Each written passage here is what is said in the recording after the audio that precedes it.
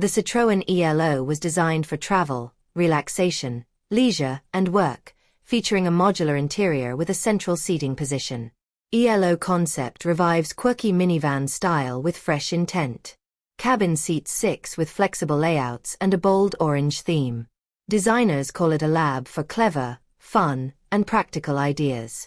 There was a time when Europe's roads were dotted with compact and subcompact minivans, purpose-built to juggle space, versatility, and daily practicality. That era faded fast once SUVs rolled in and pushed the category toward near extinction. But Citroën isn't quite ready to let the minivan disappear quietly into the past. The French automaker has unveiled the Citroën ELO, a concept it calls a laboratory of ideas, blending a boxy, unmistakably van-like silhouette with a modular 6-seat cabin that is, by all accounts, very orange. While not a direct preview of an upcoming production vehicle, the ELO hints at where Citroën's design language may be heading, and perhaps at how the brand still sees a future for vehicles shaped around utility rather than what sells fashion. The name of the concept originates from the words rest, play, and work, communicating some of its use case scenarios. Measuring 4.10 meters, 161.4 inches long, it is about the same size with the discontinued C3 Picasso and the previous generation C3 Aircross. However, it looks nothing like these models, adopting single-box proportions. The front end features boxy LEDs flanking a large and illuminated Citroën emblem and a rugged bumper that is replicated at the back. The windshield has a weird curve and is joined by a small glass roof. The profile is dominated by the large greenhouse and the sliding doors that create a 1.92 m, 75.6-inch, wide opening. The concept rides on 21-inch wheels with futuristic covers. There are horizontal cutouts above the fender on the beltline, while the roofline drops towards the rear section. The rear has an asymmetrical door and glass, with split LED taillights mirroring the shape of the headlights. The interior is designed as a modular living space that can accommodate 4 or 6 passengers.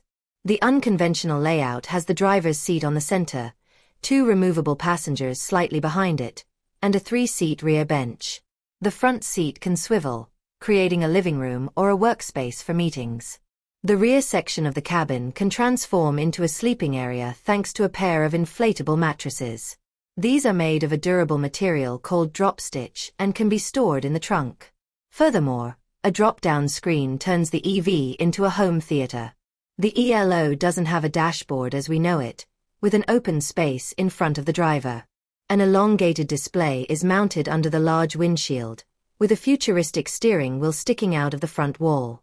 The latter integrates 2 joystick-style controls and stalks that make up for the lack of a touchscreen.